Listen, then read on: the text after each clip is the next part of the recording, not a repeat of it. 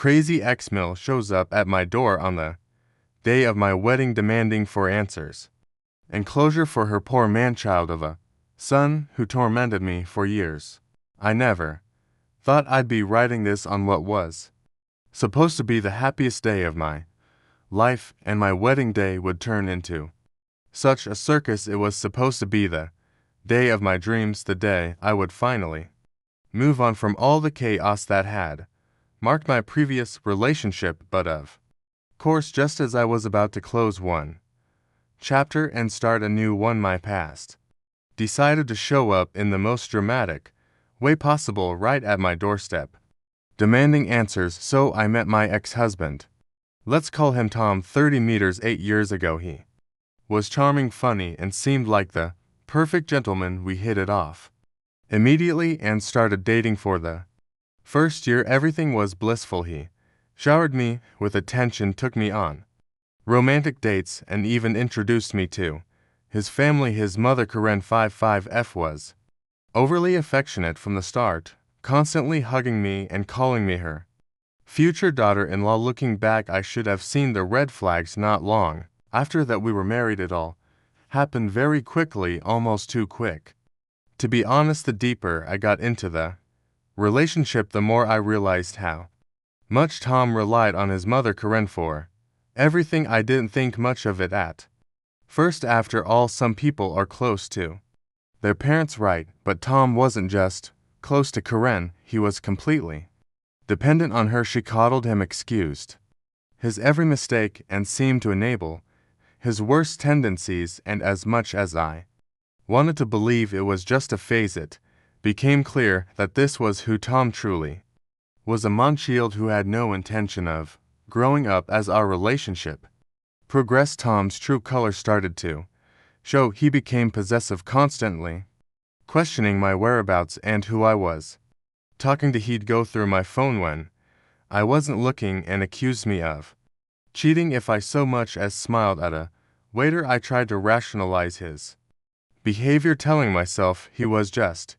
insecure and needed reassurance. Our relationship started to crumble as I found myself taking on more and more responsibility while I was working hard to build a career and a life for us. Tom spent his days lounging around, barely holding on to a part-time job. He was always too tired to contribute to anything meaningful, and whenever I tried to talk to him about his lack of effort, he'd brush it off with a joke or get defensive. But it didn't stop there. Tom started isolating me from my friends and family. He'd throw tantrums if I wanted to go out with my girlfriends or visit my parents. He claimed that since we were in a relationship, I should prioritize him above everyone else. Slowly but surely, I found myself losing touch with the people I cared about. The emotional manipulation was relentless. If I ever disagreed with him or stood up for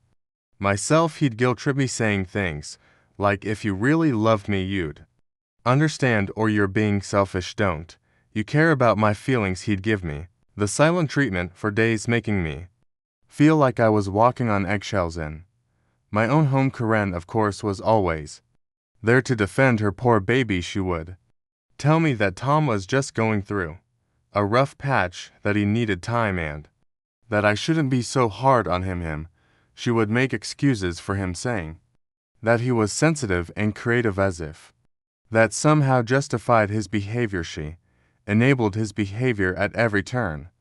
Whenever I tried to confide in her about Tom's actions, she dismissed my concerns, saying, that's just how men are, dear. You need to be more understanding. In her eyes, Tom could do no wrong, and anyone who dared criticize him, especially me, was the enemy. I tolerated this for far longer than I should have. I convinced myself that things would get better, that Tom would eventually grow up, and that Karen would back off, but things only got worse. Tom's lack of ambition, combined with Karen's constant interference, became unbearable. Anytime I tried to set boundaries with Karen, she would guilt-trip me, saying that I didn't understand how hard Tom had it and that I should be more supportive. The breaking point came 3 years into our relationship. I had landed a promotion at work, something I had been working towards for months. When I excitedly told Tom, instead of being happy for me, he flew into a rage. He accused me of prioritizing my career over our relationship and claimed that I was trying to emasculate him by earning more money. In his fury, he threw my phone against the wall, shattering it to pieces. That was the moment I realized I couldn't do this anymore. The next day, while Tom was at work, I packed my bags and left. I blocked his number and moved in with a friend. I filed for a divorce, which, let me tell you, is a whole other story. It wasn't easy, but I knew it was necessary for my own well-being. The aftermath was brutal. Tom bombarded me with messages from different numbers, alternating between begging me to come back and threatening me. Karen showed up at my friend's place, which I still don't know how, causing a scene and demanding I give her son another chance. I had to get a restraining order against both of them.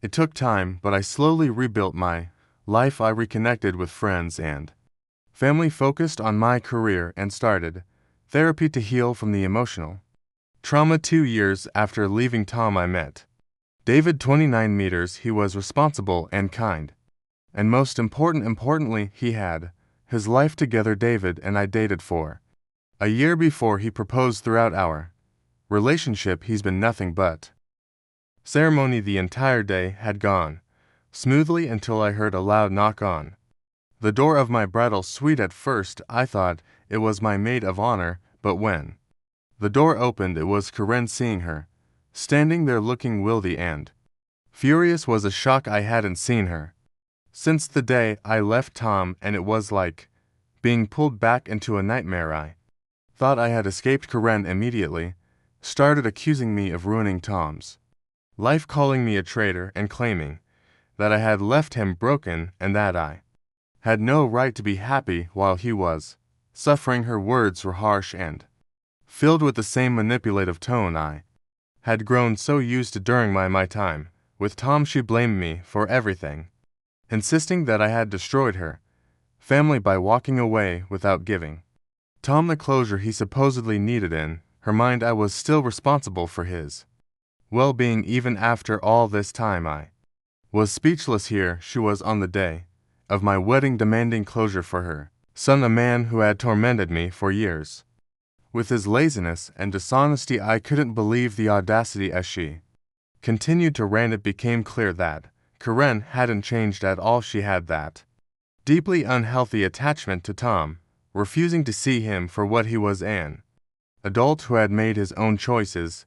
Instead, she saw me as the villain, and she was determined to confront me on my wedding day. Of all days, her presence there felt surreal, like a bad dream, but I knew I couldn't let her ruin this moment for me. I had come too far to let Karen drag me back into the toxicity I had worked so hard to escape. I tried to calm her down and told her that she needed to leave right at that moment, but she wasn't having it. She pushed her way inside, ignoring my protests, and started granding about how I had ruined Tom's life, how he had never been the same since I left him, and how it was all my fault. She claimed that Tom had been heartbroken for years and that he needed closure to move on. I couldn't help but laugh at the absurdity of it all. Heartbroken? Tom had been heartbroken for years. This was the same man who had barely lifted a finger to contribute to our relationship, who had lied to me and taken advantage of me at every turn, and now suddenly I was supposed to feel guilty for leaving him. I didn't respond to Karen's accusations. There was no point in engaging. Instead, I picked up my phone and called the authorities. There had been a restraining order in place after I left Tom because Karen had refused to leave me alone. She had shown up at my friend's place, sent countless messages, and tried to involve herself in my life even after I had made it clear that I wanted no contact. The restraining order was necessary for my safety, and now Karen had violated it by showing up at my wedding uninvited. Once I made the call, Karen seemed to realize what was happening her confidence faltered and she started backing away, trying to justify her actions. She claimed she was only there to help Tom, that he deserved closure and that I owed it to him, but it didn't matter anymore. Karen's obsession with keeping Tom dependent on her had only resulted in more chaos, and I wasn't going to allow her to drag me into it again. The police would handle it from here. Within minutes, security showed up with the cops and escorted Karen off the property. Karen was all over the place. One moment she was begging me to listen, and the other she was threatening me that I will regret this. She called me a cheater, insisting that I must have been unfaithful to Tom during our marriage.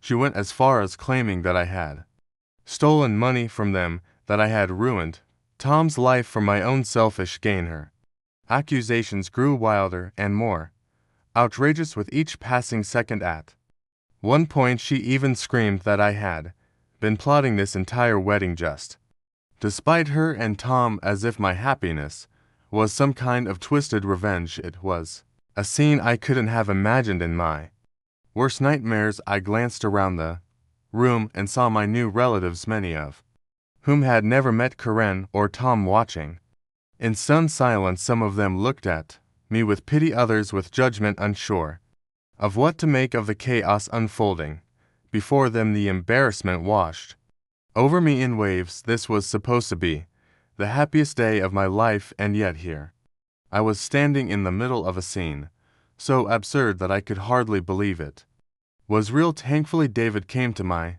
rescue with a calm but commanding presence. He asked everyone for their attention. He apologized for the interruption, explaining that this was an unfortunate situation with someone who had no place in our lives anymore. He quickly shifted the mood in the room.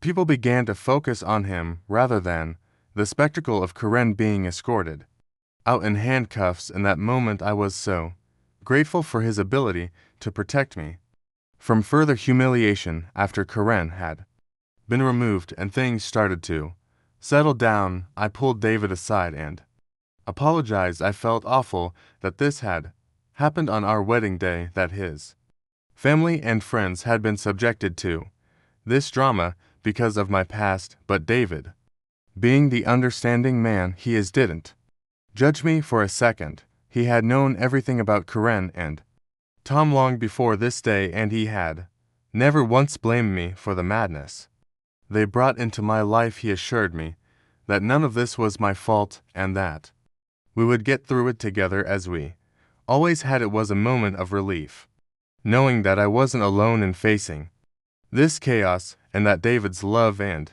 support hadn't wavered for a moment. Despite his reassurances, I didn't feel any emotion except anger for Karen over the years she had done everything in her power to manipulate, control, and belittle me, and now even on my wedding day she had found a way to intrude and try to sabotage my happiness. It was clear to me that Karen would never change. She would always cling to her delusions, always try to cast me as the villain in her twisted narrative. I had enough. I decided right then and there that this was going to become a legal matter. I couldn't keep allowing her to insert herself into my life, even from a distance. The restraining order wasn't enough anymore. I needed to make sure she faced the consequences of her actions in a more permanent way. However, in the days that followed, I got pretty serious news from old relatives, mostly from Tom's side. They told me that Karen had been sick for a long time, that she had been showing signs of mental instability in recent years. They insisted that she wasn't well and that her behavior at the wedding was just another symptom of her declining mental health. They begged me to reconsider pressing charges, saying that Karen didn't know what she was doing and that she wasn't the same person she used to be. This left me feeling confused. While Tom and I were married, Karen had seemed perfectly fine. She had been controlling and manipulative, but I never saw any signs of true mental illness. Her actions had always seemed calculated, not the result of some underlying health issue, and this wasn't the first time she had acted out like this. When I separated from Tom, she had gone haywire in much the same way, trying to force her way back into my life, making wild accusations and refusing to respect my boundaries. It made me wonder whether these claims of her mental illness were just another way for people to excuse her behavior. Now I don't know what to believe. On one hand, if Karen is truly unwell, it feels wrong to push forward with legal action against her, but on the other hand, her behavior has been so destructive, and I don't want to risk her continuing to interfere in my life. There's also the part of me that wonders whether these stories about her mental state are just another manipulation and attempt by her or those close to her to avoid responsibility. I've been through so much with Karen and Tom, and I'm tired of being the one who has to clean up the mess they leave behind. I really want to take my share of actions against her, but I know that I won't get the best reaction from some of my friends and family who think that I could have handled the situation in a better manner. Instead of calling the cops on my ex-mill, so Reddit, I turn to you for advice now. Am I the one at fault for calling the police on my ex-mother-in-law on my wedding day and considering pressing charges against her, despite claims of her mental instability? Ida, for refusing to give Karen and Tom the closure they so desperately wanted. Should I have handled things differently? Or was I right to protect my peace and happiness from people who only ever brought me down? Update 1. Wow, I didn't expect my original post to gain so much attention. Thank you all for your overwhelming support, advice, and validation. It's been truly heartwarming to read through your comments with David. Your words have reinforced that I made the right decisions both on my wedding day and with how I've chosen to handle the situation since. David especially has been grateful for all the encouragement. We've had long conversations about everything that's happened, and your perspectives have helped keep us grounded during such a chaotic time. To give you all some clarity on a few things that kept popping up in the comments. Yes, we are looking into reinstating the restraining order against both Tom and Karen after the stunt Karen pulled at the wedding. Our lawyer has been working diligently to extend the order. We want to ensure that there are no loopholes or chances for either of them to try something like this again. We're not taking any risks when it comes to our safety or peace of mind. Alongside that, we've increased security measures at our home and even at our workplaces. David has been absolutely amazing through all of this, supporting every precaution we've decided to take. He's been by my side through every meeting with lawyers and security experts, making sure we're doing everything we can to protect ourselves. As for Karen, yes, she was arrested after violating the restraining order at the wedding. It was a surreal moment when the police finally took her away, but it also marked the start of a legal battle I never thought I'd have to face again. She spent the night in jail and was released on bail the following day. We've decided to press charges, and there's now a court date set for next month. The entire situation is exhausting, but I know it's the right thing to do. Letting her get away with what she did would only enable her further. It's time that she faces the consequences of her actions. Many people have asked how Karen even found out about the wedding, given that we had been so careful. The answer is both frustrating and unfortunate. A distant relative who wasn't fully aware of the situation happened to see our wedding announcement in the local paper and mentioned it to Karen in passing. It was an innocent mistake, but it triggered this entire chain of events. We've since had a long, difficult conversation with that relative, explaining the full context of why Karen and Tom are no longer in my life. They were horrified to realize the role they played, though unintentionally, in setting this all off, and they've been very apologetic since. It's a reminder of how easily information can slip out, no matter how Careful you try to be one of the most common suggestions I received was to seek therapy. I want to clarify that I've been in therapy for quite some time now. Ever since I left Tom, it has been one of the most valuable tools in my healing process, helping me work through the trauma of that relationship and everything that came after. It's given me a space to unpack the emotional abuse I endured, and it's helped me regain my sense of self-worth. Continuing therapy is definitely part of my plan as we navigate this next chapter. Now for a small but important update on what's happened since the wedding. The very next day, as David and I were preparing to leave for our honeymoon, we received an unexpected and alarming call from my parents. Apparently, Tom had shown up at their house out of the blue. He was demanding to know where I was, slurring his words and clearly intoxicated. When my parents refused to give him any information, things escalated quickly. Tom became aggressive and belligerent, yelling at them and even trying to force his way into their home. My parents, who have always been incredibly patient and supportive, were left with no choice but to call the police to have him removed from the property. Hearing this left me shaken. I had cut off all communication with Tom years ago, but this was the first time he had ever taken such a direct and hostile step toward my family.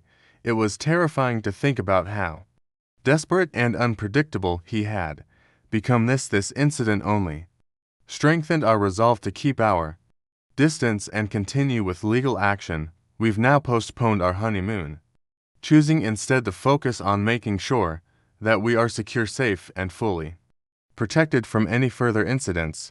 Tom's appearance at my parents' house was a wake-up call that the situation with him isn't over yet, and we need to remain vigilant. Despite all of this, there have been some good things in the aftermath of the wedding. The outpouring of support from our friends, family, and even people I hadn't been close with in years has been overwhelming. It's been incredibly touching to see how many people have rallied around us, offering kind words, help, and reassurance. It's moments like these that make me grateful for the community I have around me now. These are the people I almost lost when I was with Tom, the ones who were pushed away by Karen's manipulations and Tom's emotional abuse. Having them in my life now, especially during this difficult time, has been a reminder of how far I've come and how much I've gained since walking away from that toxic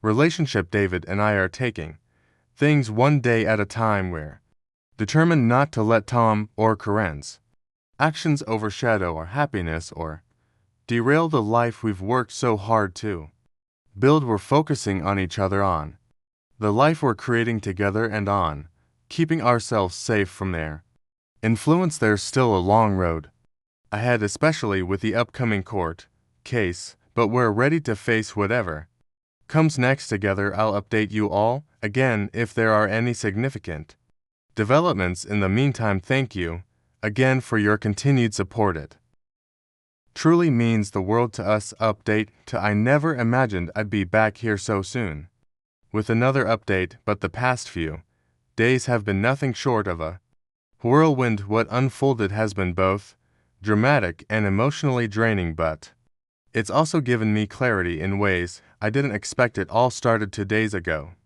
when I received a call from an unknown number. Typically, I wouldn't have answered, especially given the events that recently took place, but something compelled me to pick up. On the other end of the line was Karen, hysterical and barely coherent through her frantic sobs.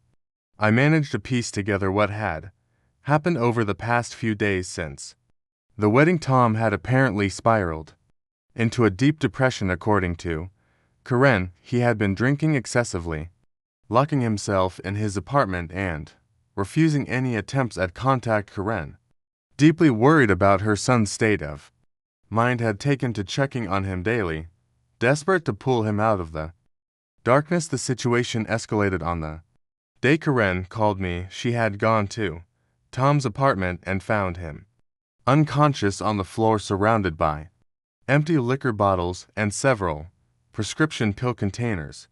Panic-stricken, she called an ambulance, and Tom was rushed to the hospital. The doctors were able to stabilize him, but his condition remained critical. Karen was calling me to beg for my help. She insisted that Tom needed me, that I was the only one who could bring him back from the brink. She pleaded with me to come to the hospital, claiming that my presence might give Tom the will to recover. It was as if she believed I held some magical power to fix what had been broken for so long. I was stunned, completely blindsided by her desperation.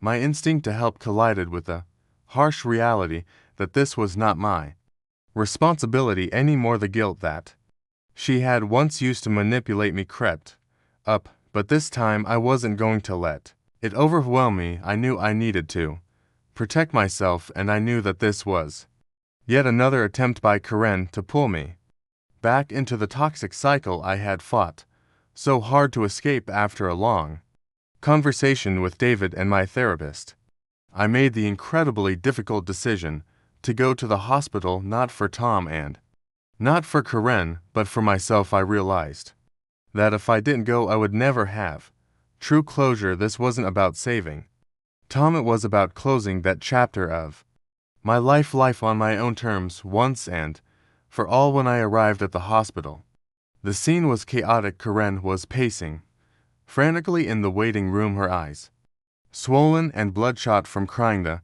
moment she saw me, she rushed over, clearly expecting some kind of emotional reunion, but I maintained my distance. Add to my presence there was for my own healing, not for some sort of apology or reconciliation. As I stood there, I felt a strange calm wash over me. For years, Karen and Tom had pulled me into their emotion games, expecting me to fix things that were never mine to fix. But now, looking at Karen, I knew that this was the end of that. I made it clear that my presence didn't mean that we were suddenly all okay. I was there to let her know once and for all that I was done with her drama. Tom's current state was tragic, yes, but it wasn't my responsibility to pick up the pieces.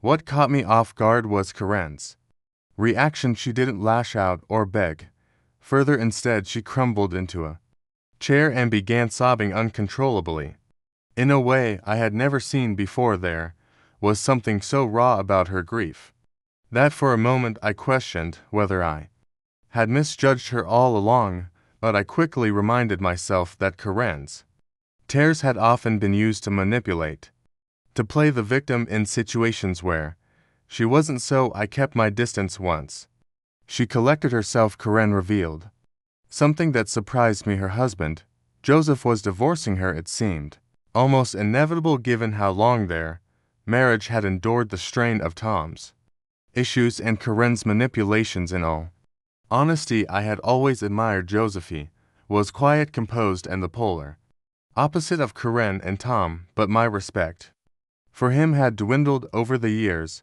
because despite his calm demeanor, he never intervened when I was suffering. He allowed Karen and Tom to manipulate and torment me. Standing silently, Karen seemed more devastated by the divorce than by Tom's condition, and perhaps that was because Joseph had always been the stable force holding her life together. Now that stability was gone, and while part of me felt a twinge of sympathy, I quickly reminded myself that this was the result of Karen's own choices. She had enabled Tom, defended him, and lashed out at anyone who threatened her delusion of their perfect family. Her husband's departure was just another consequence of that. As I stood there, listening to Karen, I realized how far I had come. I no longer felt the need to fix their problems or mend their broken lives. It wasn't my burden to carry, and I wasn't going to let myself be pulled back in. For years, they had manipulated me, and for years, I had let them, but now I was stronger and I was free. Leaving the hospital, I felt lighter than I had in years. This was the closure I had needed, not for them, but for myself. I had faced my past, and in doing so, I had taken the final step toward letting go of everything that had held me back. Tom and Karen could no longer control or manipulate me. Their problems were no longer mine. This experience has only reinforced my decision to maintain firm boundaries moving forward. While I hope Tom recovers and that both he and Karen get the help they so clearly need, I know now that my healing doesn't depend on their actions. I am moving forward, focused on my own happiness and the beautiful life I have with David. Thank you all for your continued support throughout this journey. Your words have been a constant source of strength. Update 3. Hello again, Reddit. This will likely be my final update on this situation, as things seem to be settling into a new normal, and I'm ready to put all of this behind me for good. For those who are curious about Tom's condition, he's been released from the hospital and is currently in a rehabilitation facility. I haven't had any direct contact with him, something I've been very intentional about maintaining, but Karen reached out to me via a brief and surprisingly respectful email to update me. She also mentioned that both she and Tom have begun therapy individually and as a family. While I do think it's positive that they are seeking help, it doesn't change my decision to stay distanced from both of them. It feels like a step in the right direction for them, but for me, it's essential that I focus on my own life and my own healing. The legal proceedings regarding Karen's violation of the restraining order at our wedding have finally come to an end. Despite everything that happened, the judge took into account Karen's apparent efforts to change. She received a stern warning, was mandated to do community service, and was ordered to continue with therapy. The restraining order remains in place, but Karen seems to be respecting it for now. There's been no further incident since the wedding, and for that, I'm grateful. An unexpected development came when I received an email from Joseph, Karen's soon-to-be ex-husband. It was short and simple. He expressed his regret for not speaking up during my marriage to Tom, for standing by silently as I was manipulated and mistreated by his family. It was clear that the years of enabling both Tom and Karen had taken their toll on him. Joseph admitted that he had become little more than an emotional crutch and financial safety net, always picking up the pieces after his son and wife's reckless behavior. He mentioned that by the time he realized the damage it had done, it was too late for him to reverse it. It was an empty apology, but still, reading his words gave me some closure, knowing that he had finally seen the dysfunction for what it was. His email signaled to me that, like Amy, Joseph was ready to move on a much brighter note. David and I finally went on our honeymoon after all the chaos. We spent a peaceful week at a beachside resort, and it was exactly what we needed.